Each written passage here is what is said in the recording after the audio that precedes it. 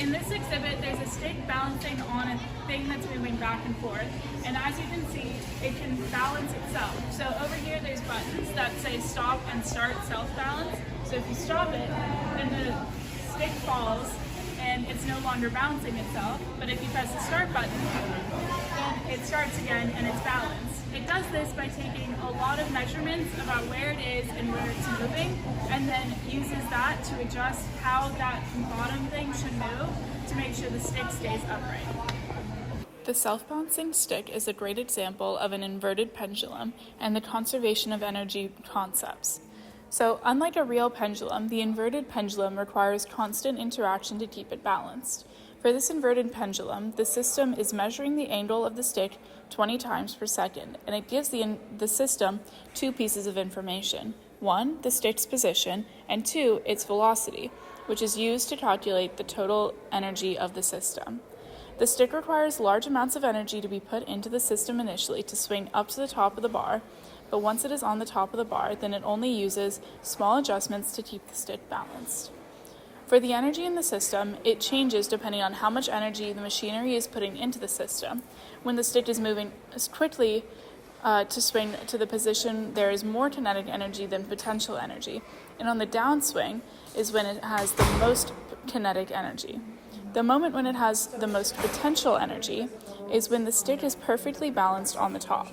The conservation of energy is a little bit difficult to apply here because there's energy actively being inputted into the system, but there are some applications of it when you think about how the stick tilts and falls, and gravitational potential energy is converted into kinetic energy in both rotational and translational kinetic energy.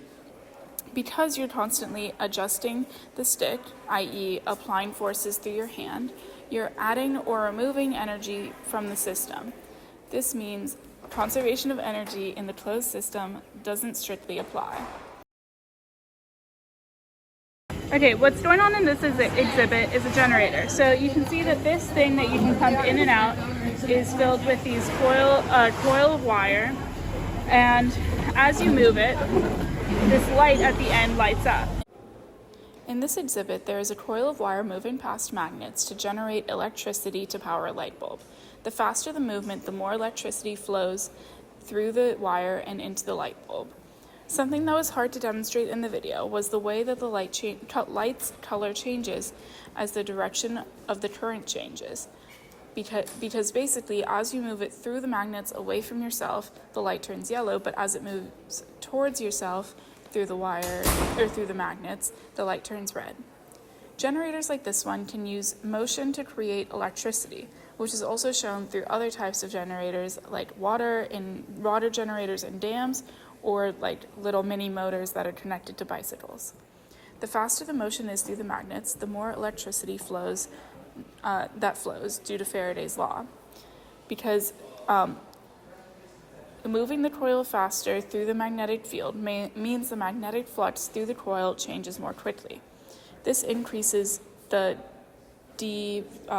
flux dt, so you get a larger induced EMF. And that larger induced EMF or voltage means more current. And assuming the resistance of the current stays the same, your I equals epsilon over R is going to increase. So more current and more voltage is more power output due to the equation for power. An example of this is that slowly cranking a hand generator might only dimly light an LED, but when you crank it a lot faster, it becomes more brighter because you're generating more voltage and current and therefore more electrical power.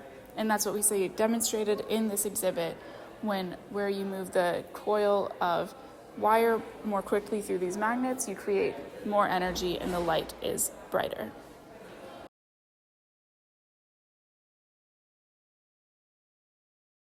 In this exhibit, there are 10 balls all swinging as pendulums, but each of them has a different period because of their length. They're all the same type of ball, so they're all the same weight, but this different string lengths make them different periods. They all have periods from 15 swings per second because of the string length 994 millimeters, all the way up to 24 swings in 30 seconds due to a string length of 388 millimeters. They start out all swinging together because you line them up by lifting the floor beneath them, but then because of their different string lengths, they move out of phase, but then in 30 seconds, they all line up again.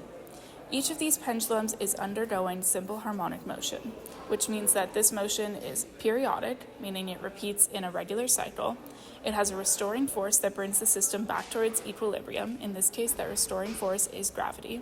And the motion is sinusoidal, meaning it is described by functions like x of t is equal to a cosine omega t plus phi, where amplitude a is amplitude, or maximum displacement, and omega is angular frequency, and phi is the phase constant. In a pendulum, the restoring force is due to gravity acting to bring the pendulum back to the lowest point.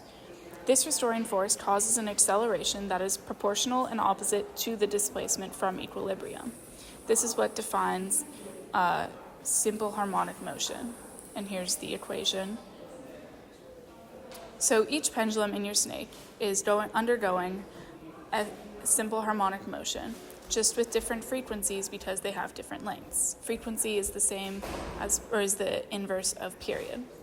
So for example, if you want all the pendulums to align every 30 seconds, you choose length so that pendulum 1 completes 30 swings in 30 seconds, and then pendulum 2 would complete 29, and so on and so forth. This sets up a choreographed frequency relationship where they drift in and out of sync, but line up again perfectly every 30 seconds. There's also an equation to figure out the pendulum period. So the period of a simple pendulum depends on its length in the gravitational field, and their relationship is shown by this equation. T equals 2 pi square root of L over G. So this tells us that longer pendulums swing more slowly because they have a larger T, and shorter pendulums swing faster because they have a smaller T. The period does not depend on the mass or amplitude as long as the angle is small.